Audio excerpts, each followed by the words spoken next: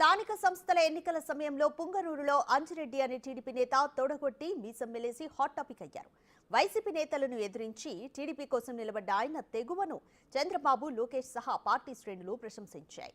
తాజాగా చంద్రబాబు సీఎంగా ప్రమాణం చేస్తుండటంతో ఆ కార్యక్రమానికి రావాలని ఆయనకు ప్రత్యేక ఆహ్వానం పంపారు.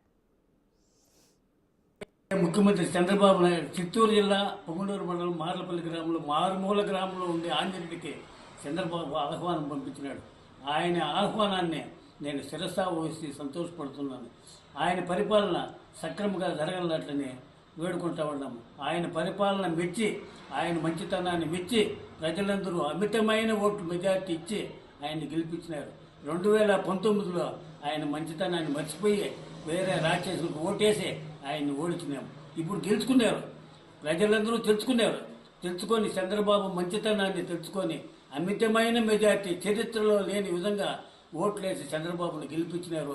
ఇప్పుడు రేపు సీఎం కాబోతా ఉన్నాడు.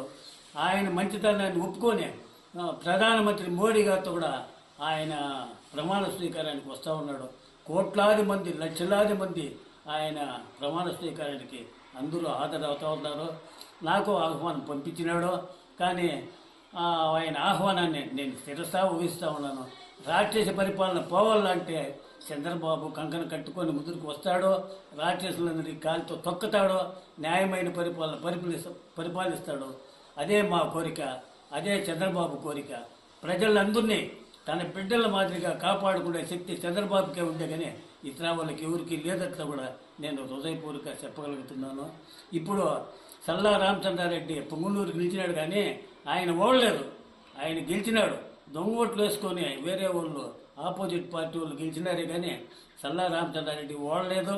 ఓటు కూడా ఇంకా ముందుకు కూడా సల్లా రామచంద్రారెడ్డి పొంగనూరు ఇన్ఛార్జిగా ఉండాలని చంద్రబాబుని కోరుకుంటా ఉన్నాము. ఇంకా రాబోయే దినాల్లో చంద్రబాబు పరిపాలన 3 పువ్వులు 6 కావిలు కాసేట్టుగా ప్రజలందరినీ సుఖజీవితులుగా కాపాడే శక్తి ఆయనకి ఇవ్వాలని ఏడుకొండల వెంకటరమణ స్వామి వేడుకుంటూ సెలవు తీసుకుంటా ఉన్నాము. జై